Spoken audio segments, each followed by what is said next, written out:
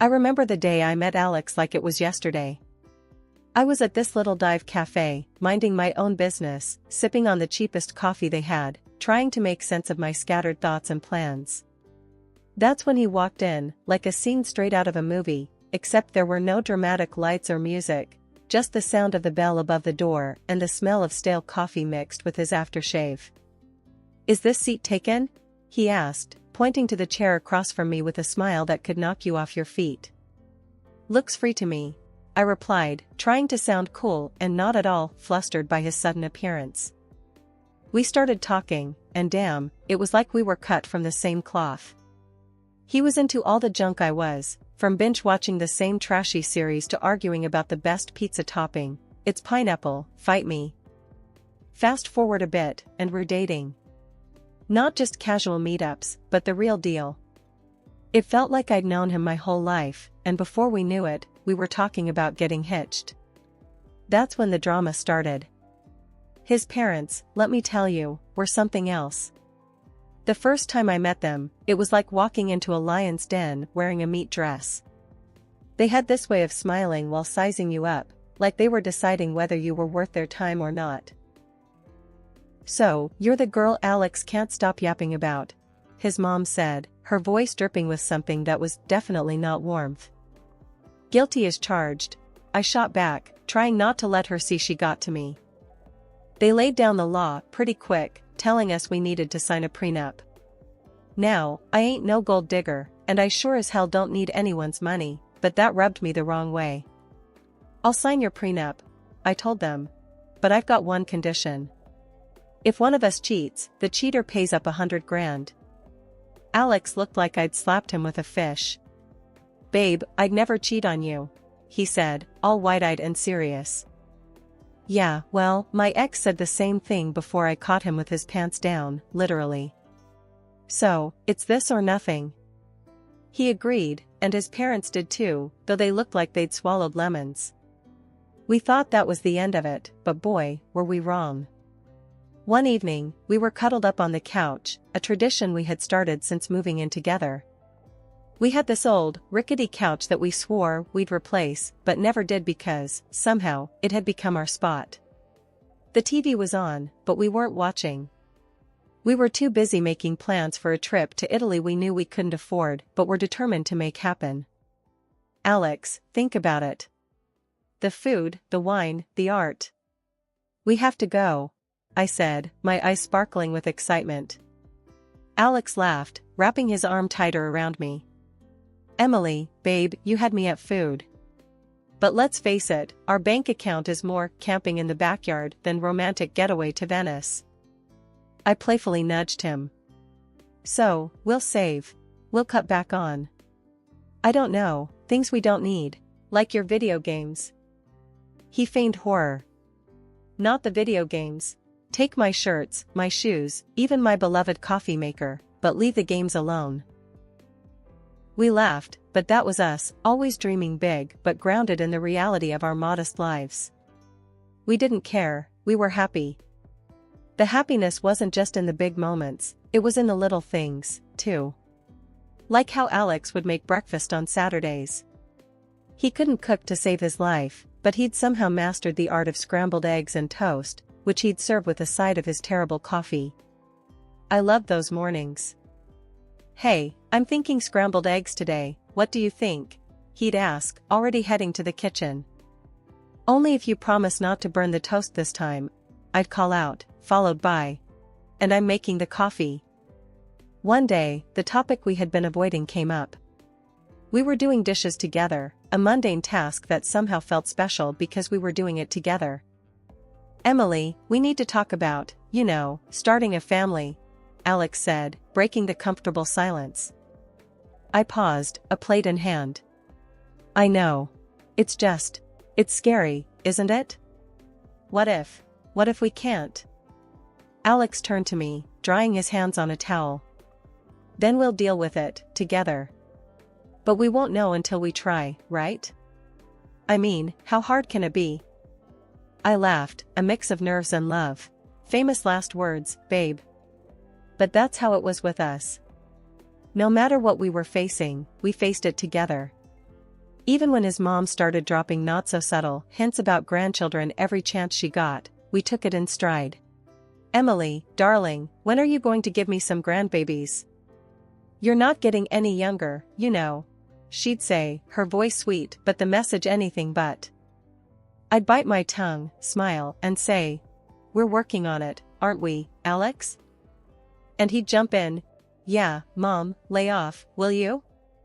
These things take time." But as the year went on, the pressure started to build, not just from his mom, but from within. We wanted a family, but it wasn't happening as easily as we had hoped. Ever since Judy found her new hobby of making my life a living hell, our home turned into a battleground, and the main weapon was her sharp tongue. It wasn't just about the occasional jibe anymore, it was an all-out war, with daily assaults on my self-esteem and role as a wife. It all spiraled one Sunday lunch, a day that was supposed to be laid back and peaceful. Judy, with her uncanny timing, dropped by uninvited, just as we were about to sit down. The air was tense the moment she walked in, her eyes scanning the room like she was about to conduct a military inspection. "Well, isn't this quaint?" she started, her voice dripping with sarcasm as she looked at the modest spread I'd prepared. "You really outdid yourself, Emily. I can see you've been slaving away in the kitchen all morning." Her eyes briefly met mine, a smirk playing at the corners of her mouth. Trying to keep the peace, I forced a smile.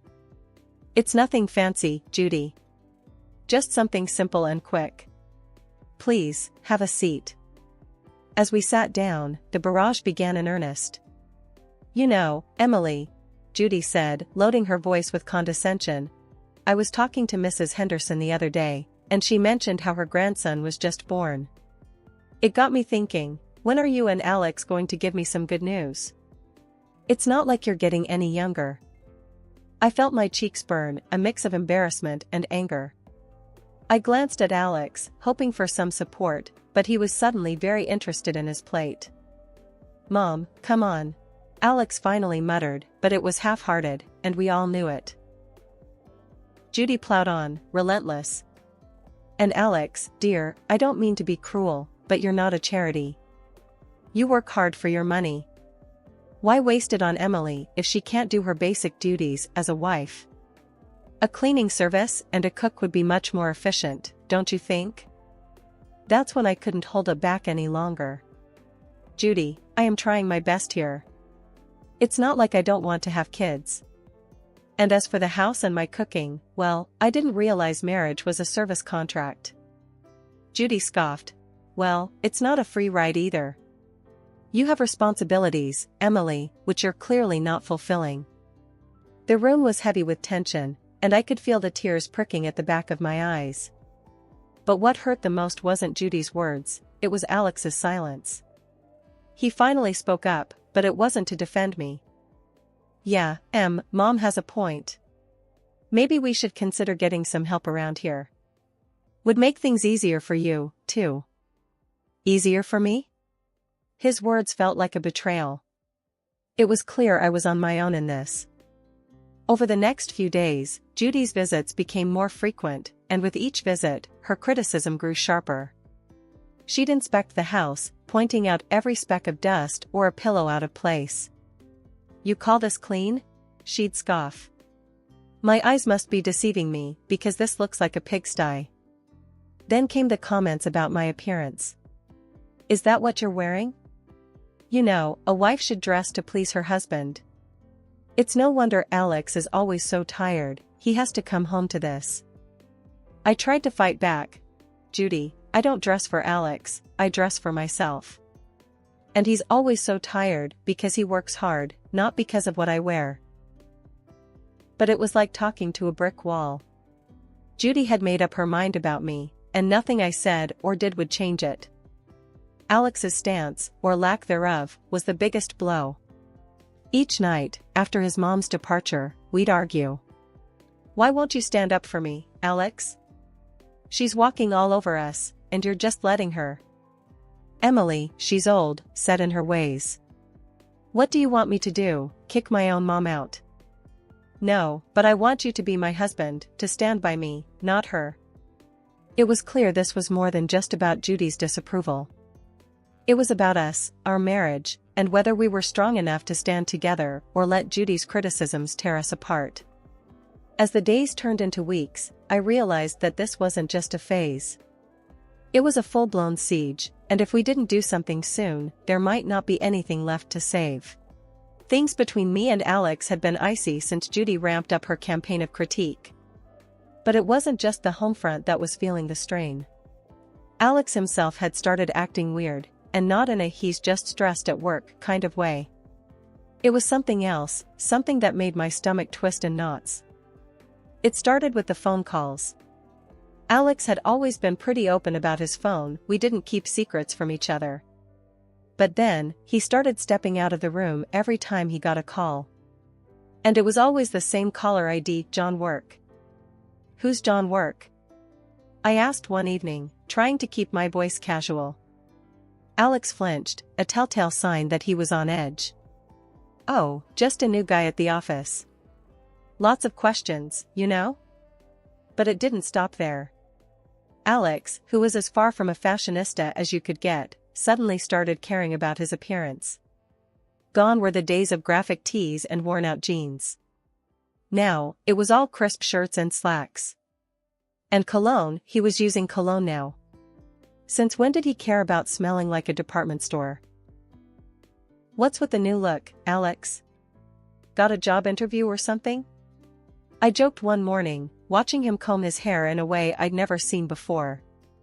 He just smirked, a little too quickly. Just felt like changing things up. No harm in that, right? And the late nights at work, they were becoming a regular thing. Another long one, babe? I'd text, trying not to sound too needy. Sorry, Em. This project is killing me. Won't be late, I promise. He'd text back, but the clock would tick well past midnight before I heard his keys in the door. I tried to shake the feeling that something was off, but it clung to me like a shadow. That's when I decided to hire a private detective. It felt like something out of a bad TV show, but I had to know for sure. The evidence came in a plain brown envelope, the contents as damning as they were heartbreaking. Photos of Alex with another woman, their intimacy undeniable, captured in frozen moments that shattered our years together. But it was the recording that cut the deepest. Their conversations, filled with endearments and plans, left no room for doubt. They were in love, or at least, he was with her. I sat there, the evidence spread out in front of me, a cold realization settling in. This was it, this was the proof that could anchor me in a stormy divorce, should it come to that. Photos that caught moments stolen from our life together, and words that betrayed every "I love you" he had ever whispered in my ear. But I kept it all a secret, a painful burden I chose to carry alone. I wasn't ready to confront him, not yet. I needed a plan, a way to navigate the wreckage of our marriage with my dignity intact. The following days were a blur. Alex continued his charade, and I played along, the perfect wife with a smile plastered on my face and a heartbreaking silently. Our conversations became a dance around the truth, each word measured, every laugh forced. Everything okay, Em? You've been quiet, Alex would ask, his concern seemingly genuine. Yeah, just tired, you know? Work's been crazy, I'd reply, the lie tasting bitter on my tongue. It was just another mundane day, or so I thought, until I stumbled upon a conversation that would change everything. There I was, passing by the slightly ajar door to Alex's office, when their voices caught my attention. It was Alex and his mother, Judy, and they weren't just chit-chatting. The tone was serious, heavy with intent.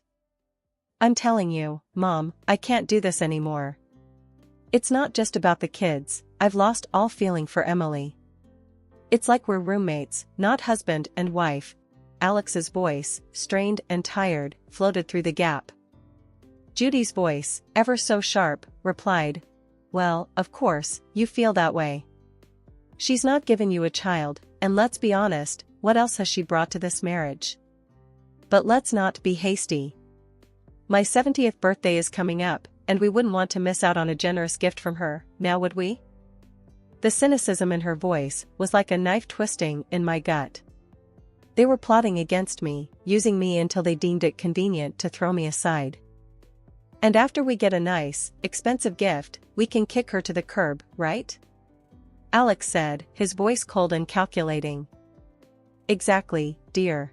Just bide your time a little longer, Judy confirmed, her voice dripping with malice. I stood there, rooted to the spot, a mix of shock and anger boiling inside me. They were planning my exit from this family as casually as one would plan a grocery list. The hurt was deep, but it sparked something else in me, a burning desire for revenge.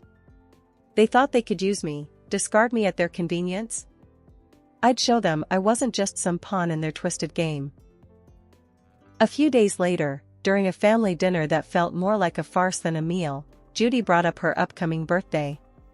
With the same smirk that I had come to despise, she leaned in and asked, "So, Emily, dear, what are you planning for my birthday?" "Something special, I hope." I met her gaze, my face a mask of calm. "Actually, Judy, I was thinking of throwing you a dinner at the city's most luxurious restaurant. A night you won't forget." Her eyes lit up with greed, and she exchanged a quick, satisfied look with Alex. They thought they had me cornered, but little did they know, I was already 2 steps ahead.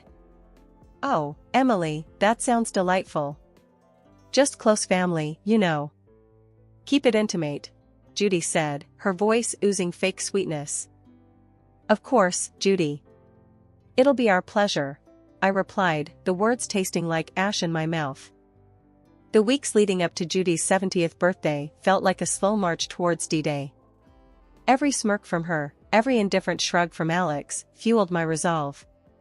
The plan was simple yet bold, just like the movies: host a lavish dinner at the city's most luxurious restaurant under the guise of a loving gesture, then drop the bombshell. But, like any good plot, the devil was in the details. The night before the party, the tension at home was palpable. Alex, oblivious to the storm brewing, was casually lounging on the couch, scrolling through his phone. "Everything set for tomorrow?" he asked, not looking up. "Oh, you could say that," I replied, my tone light, belying the turmoil inside. The day arrived, and as guests started to fill the opulent dining room reserved for Judy's celebration, the air was thick with anticipation. My heart raced, not from nerves, but from the adrenaline of what was about to unfold. Judy, ever the queen bee, basked in the attention, lavishing in the luxury of her surroundings. "Oh, Emily, you've outdone yourself. This place is exquisite," she exclaimed, her voice loud enough for nearby tables to hear. As we all settled in, the meal proceeded with the kind of forced merriment that comes with such family gatherings. Laughs were shared, stories exchanged, and then, as the dessert plates were cleared away, the waiter approached with the final act of the evening, the bill. He leaned in, discreetly informing us the dinner cost was $3,000. Without missing a beat, I handed over my card, the gesture unnoticed by most. It was then Alex, with a smirk that didn't reach his eyes, decided to drop his bombshell. "Emily, I think it's time everyone knew. I'm tired of this, of us. I want a divorce." The words hung in the air, a toxic cloud that seemed to suffocate all other noise in the room. Before I could even process the full weight of his statement, Judy piped up, her voice sharp and unforgiving. "Well, then. Since that's out in the open, I think it's best you leave, Emily. We're celebrating family tonight, and well, you're no longer part of it." The room went deadly silent. Every eye was on me, waiting to see how I'd crumble. But I didn't. With a calm I didn't feel, I stood, nodded, and walked out without a word. The cool night air hit me like a slap as I made my way home, the finality of everything that had happened washing over me in waves. By the time I reached his apartment, a plan formed. I packed my essentials, the numbness giving way to a cold resolve. This was it. The end of one life and the start of another. As I zipped the last suitcase, my phone started buzzing, a relentless, insistent vibration that I initially ignored. Curiosity, however, got the better of me. Judy's voice screeched from the other end. Emily. The payment didn't go through. You need to fix this now. The sweet, sweet irony. In my preparations for the inevitable, I had secured my exit strategy. I had blocked the shared account, knowing it would be the first thing Alex would try to use against me. Oh, Judy, that's unfortunate. But since I'm no longer part of the family, as you so eloquently put it, I'm afraid you'll have to sort this out yourselves. Her outrage was palpable, even through the phone, but it was music to my ears. The chaos that unfolded was a fitting end to the farce my marriage had become. Reports came through the grapevine of the restaurant staff demanding payment, of Judy's escalating tantrums, and eventually, the arrival of the police to calm the storm she had become. In the end, it was Alex and his relatives who had to pool together the money to settle the bill, a poetic justice for the betrayal and humiliation they had subjected me to. The morning after the dinner disaster felt like waking up to the aftermath of a storm. I had my plan, my resolve, and a set of divorce papers in my hand as I made my way back to what used to be our shared home for the last time. The moment I stepped through the door, the air crackled with tension, thick enough to cut with a knife. Alex and Judy were there, looking like they'd been arguing. The sight of me seemed to unite them in hostility. "You've got some nerve showing up here after last night," Alex spat out, his face a mix of anger and disbelief. Judy, ever the viper, was quick to add her poison. "Ungrateful wretch. You've embarrassed us in front of the whole city. Do you know how humiliating it was to have the police calm me down? People were laughing, filming. I met their fury with a calm I didn't feel. Embarrassed? You think that's your biggest problem right now?" I tossed the divorce papers on the table, the photos of Alex's infidelity on top. "You should be more concerned with this." The color drained from Alex's face as he picked up the photos, his mother peering over his shoulder.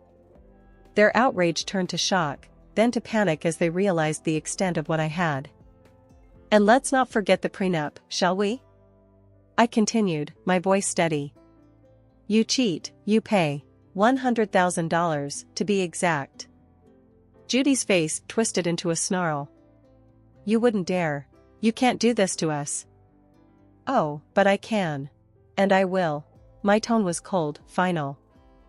Alex, the reality of the situation finally dawning on him, switched tactics. Please. Let's talk about this. We can fix it." I couldn't help but laugh, bitter and hard. "Fix it? You think you can just undo everything with a few words?" "No, Alex. It's done." Judy, ever the manipulator, tried a softer approach, her voice dripping with faux concern. "Emily, darling, think about what you're doing. This will ruin us." "That ship has sailed, Judy. You should have thought about that before." The begging turned to pleading, their words a desperate scramble to salvage what they could. But my mind was made up. I was done being the victim, done with their lies and manipulations. In the end, Alex had no choice but to borrow the money from his parents to pay me.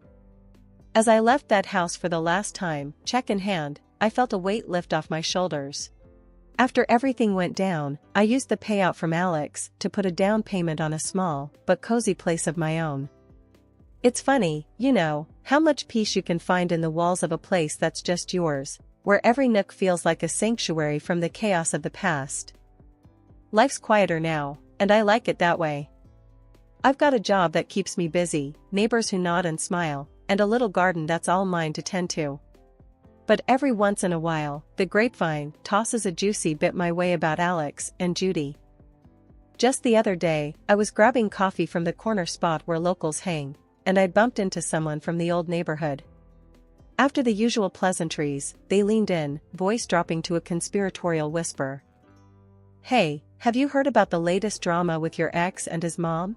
they asked, eyes gleaming with the thrill of gossip. I couldn't help but raise an eyebrow, a mix of curiosity and detachment taking hold. "Can't say that I have." "Do tell." "Well," they started, clearly savoring the moment. "It seems Judy's not too pleased with Alex's new girlfriend. Word is, they've been at it like cats and dogs. Makes your situation look like a walk in the park. The conversation moved on, but as I walked away, coffee in hand, I couldn't shake the feeling of utter relief. There was a time when news like that would have sent me spiraling, but now? Now it was just another piece of someone else's story. These days, my biggest concern is whether my tomatoes will ripen before the squirrels get to them or if I'll ever get the hang of yoga without looking like a newborn deer on ice. Life's simpler, quieter, and infinitely sweeter on this side of chaos.